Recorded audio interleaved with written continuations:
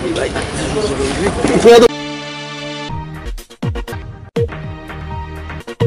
is ABC News, AGT Live.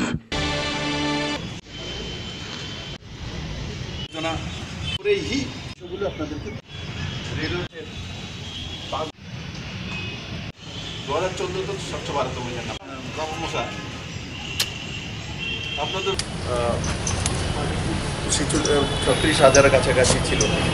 তো এটা অত্যন্ত দুর্ভাগ্যজনক যখন সরকার বলছে ম্যান্ডেটরি করেছে সরকারি কর্মচারীদের জন্য।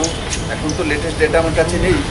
আরোগ্য সেতু অ্যাপ লোড করা উচিত, আর তার মধ্যে কঠিনারি কোনো কিছু না। আরোগ্য সেতু অ্যাপেই যান, গিয়ে আপনি টাইপ করুন, টাইপ করে যান, তো আপনি সেখানে কী করতে হবে একটার পর একটা চলে আসে। মাঝে মাঝে আমরা যেমন সাহারনপুর থেকে ট্রেনে চলে এসছে, ত্রিপুরা সরকার তো আমি তো পয়সা দিই সাহারনপুরের জন্য, একসঙ্গে নিয়ে আসুক, আমরা শেয়ার করে নেব।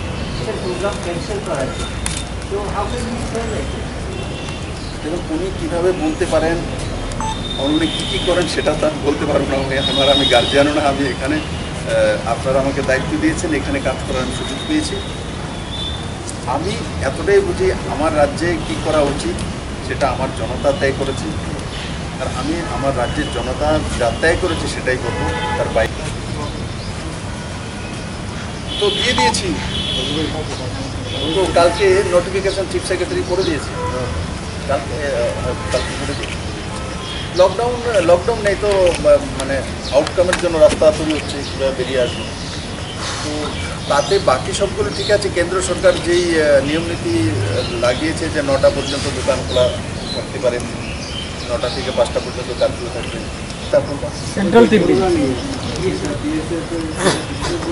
হ্যাঁ, এটা কালকে আমি ফাইল ফিগারতে করেছি, এটা পাঠিয়ে দিয়েছে হোম মিনিস্ট্রির কাছে। ওনারা বিএসএফে দেখুন, এটা ওনার হোম মিনিস্ট্রির আন্ডারে আছে, সেন্ট্রাল হোম মিনিস্ট্রির আন্ডারে। ওনারা ওনাদের ওইখানকার কমান্ডেন্টকে ট্রান্সফার করেছেন, সেটা আমি দেখেছি। ট্রান্সফার করেছেন ওখান থেকে, অন্য কাউকে এনেছেন। বাকি ওদের কমিউনিটিতে এসে যেই অবজারভেশনটা দিয়েছে আমি পাঠিয়ে দিয়েছি। অবজারভেশনের যেটা আমি দেখেছি, অবজারভেশন সেটাই এসছে যে সোশ্যাল ডিস্টেন্সিং বা কোয়ারেন্টাইন সিস্টেমটা মানে, কারণ কি তাদের ট্র্যাভেল কার্যকাল, সেই কার্যকালের পুরো বিষয়বস্তু দিয়ে আমি উঠাতে যাই, অনেক সময় লাগবে। আমি শুধু আজকের দিনে আপনাদের কাছে তার জন্যই বসেছি যে আপনারা যখনই কোনো নিউজ তৈরি করেন, তো কিছুদিন পর পর মোদির এই ভালো দিকগুলো তুলে ধরা। পরিবার ত্রিপুরা তো গণমাত্রা, ত্রিপুরাতে 75% জনগণ আয়ুষ্মান ভারতের কার্ড রয়েছে। মানুষ বড় মাত্রা লাভান্বিত হয়েছে। 5 লাখ টাকার ইন্স্যুরেন্স। যদি কোনো শিশুকে বলাৎকার বা এই ধরনের কারণে হত্যা করা হয় বা বলাৎকার করা হয়, তার জন্য মৃত্যুদণ্ড, তারও বিরোধিতা করেছিলেন তথাগত বুদ্ধিজীবী পার্টির লোকেরা। ও भी মহিলা হয়ে।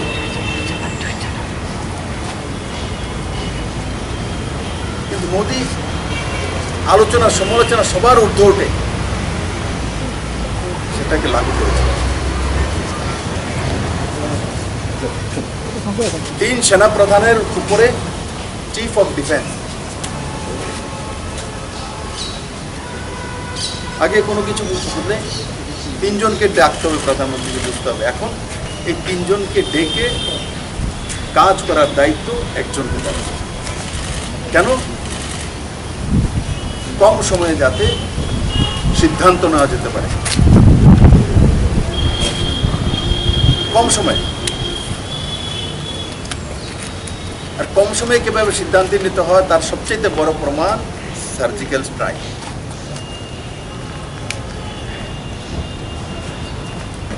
চায়না ভারত আক্রমণ করেছে 62-তে,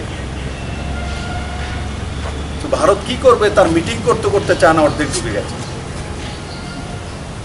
আর এখন এমন সিদ্ধান্ত নরেন্দ্র মোদীর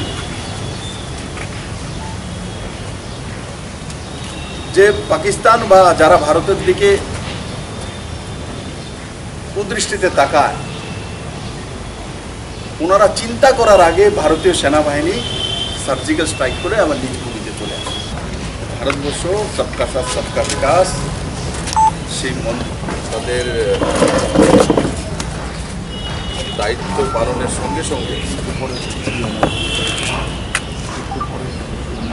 করোনা সংক্রমণ রোধও বড় একটা ভূমিকা পালন করছে।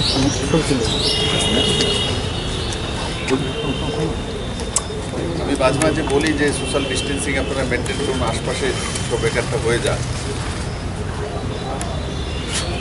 আমার সাংবাদিক বন্ধুদের স্যাম্পল নেওয়ার একটা ব্যবস্থা করা হয়েছিল।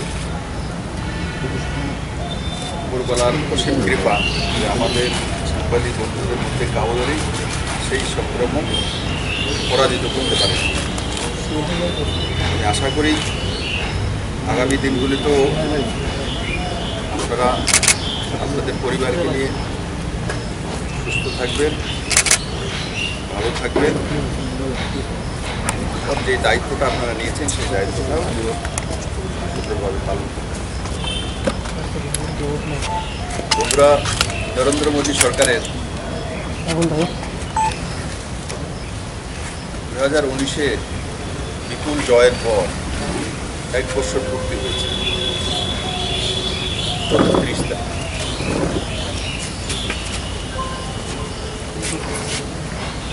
মোদীজি এই বছরে কি করেছেন, কি করবেন, সেই বিষয় নিয়ে জনসমাজে প্রশ্ন ওঠে। আর মোদীজি একটা জবাবদেহ সরকার দিয়েছে।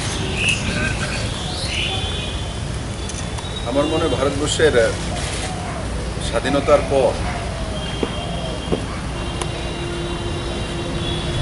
কোনো প্রধানমন্ত্রী জনতার প্রতি জবাবদেহ সে নরেন্দ্র মোদী। সে চৌকিদার হোক, সে চায়ওয়ালা হোক, সে জননেতা হোক, সে রাষ্ট্রের নেতা হোক, নরেন্দ্র ভাই যেই প্রকল্পগুলি নিয়েছিলেন ভারতবাসীর উন্নয়নের স্বার্থে, সেগুলোর মধ্যে অনেকগুলো প্রকল্প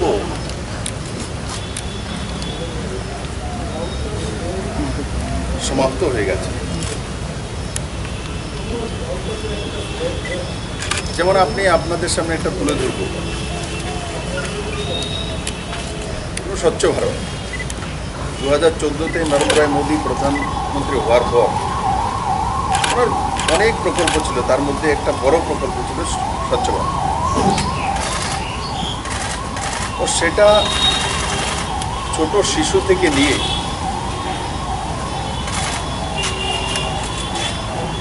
বুজুর্গ পর্যন্ত স্পর্শ তার অনুভূতি অনুভব করেছে।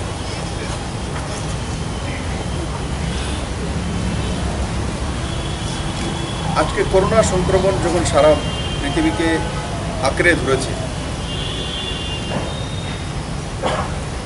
আমরা কি বলতে পারবো না যে নরেন্দ্র মোদী 2014-তে আসার পর স্বচ্ছ ভারতের যে অভিযান চালু করেছিলেন, সেটা কি একটা বড় দিক নয়? যে 130 কোটি ভারতবাসীর দেশ, সোশ্যাল ডিস্টেন্সিং, 2 গজ দূরে থাকা, মাস্ক পরা, এটা তো করোনার সময় এসছে। কিন্তু নরেন্দ্র মোদী আজ থেকে 5 বছর আগে স্বচ্ছ ভারতের নারা দিয়েছে। আমাদেরকে মানতেই হবে ক্লিননেস বা স্বচ্ছ ভারত, স্বচ্ছ মানসিকতা, ভ্রষ্টাচার মুক্ত ব্যবস্থা, সেগুলি আজকের দিনে অনেকটা আমাদেরকে করোনা থেকে রক্ষা করছে। যেই মাত্র নরেন্দ্র মোদীর কাছ থেকে দেখেছি প্রধানমন্ত্রী স্বচ্ছতার স্লোগান দিয়েছে, তো আমরাও বাড়িঘরের আশপাশে জঞ্জালকে পরিষ্কার করা শুরু, নিট অ্যান্ড ক্লিন থাকা শুরু করেছি। সেটাও ভারতবাসীর জন্য একটা বড় মাইলস্টোন হয়েছে। কারণ কি আজকের দিনে আমরা দেখেছি করোনা সংক্রমণের সবচেয়ে বড় যে হাতিয়ার সেটা হচ্ছে স্বচ্ছতা, দূরত্ব মেনটেন করা, এটা হচ্ছে সবচেয়ে বড় হাতিয়ার। বন্ধুরা, শুধু সেই জায়গায় নয়, কেউ কোনোদিন কল্পনা করেনি ভারতবাসী কোনো রাজনৈতিক দল নয়, সবাই রুটি ছেঁকছিল। বাবরি মসজিদ, রাম মন্দির, জাতি দাঙ্গা, ভারতবর্ষের বহু মানুষের প্রাণ গেছে। কেউ কোনোদিন কল্পনাও করেনি যে নরেন্দ্র ভাই মোদী আপিল করবে, और सुप्रीम कोर्ट राय देवे और देशेर प्रधानमंत्री बोलबे जे सुप्रीम कोर्ट যাই রায় দেবে ভারতবাসী সেটা মাথা পেতে মেনে নেবে। কেউ কল্পনা করেনি, সেটাও এই ভারতবর্ষ হয়েছে। আমাদেরকে তথাকথিত অ্যাডভান্স যে দেশগুলি আছে সেগুলো সবসময় একটা অপবাদ আমাদের উপর লাগিয়ে দিত, নেই ভারতবর্ষ তো এগুলো জাত পাত পন্থা, ও তার মধ্যেই এরা সীমাবদ্ধ। ডেভেলপমেন্ট এদের কাছে ইস্যু নয়, উন্নয়ন ওদের কাছে ইস্যু নয়। উন্নয়ন তো ইস্যু হয় ইউরোপিয়ান কান্ট্রিতে, আমেরিকান কান্ট্রি, সেটাও পাল্টিয়েছে নরেন্দ্র ভাই মোদী। मुख्यमंत्री निवास एयरवेज एक्टिंग गार्ड आपका हाजिर है गार्ड को छोड़ने का अथवा प्रदान करें। गार्ड के लिए विश्रांत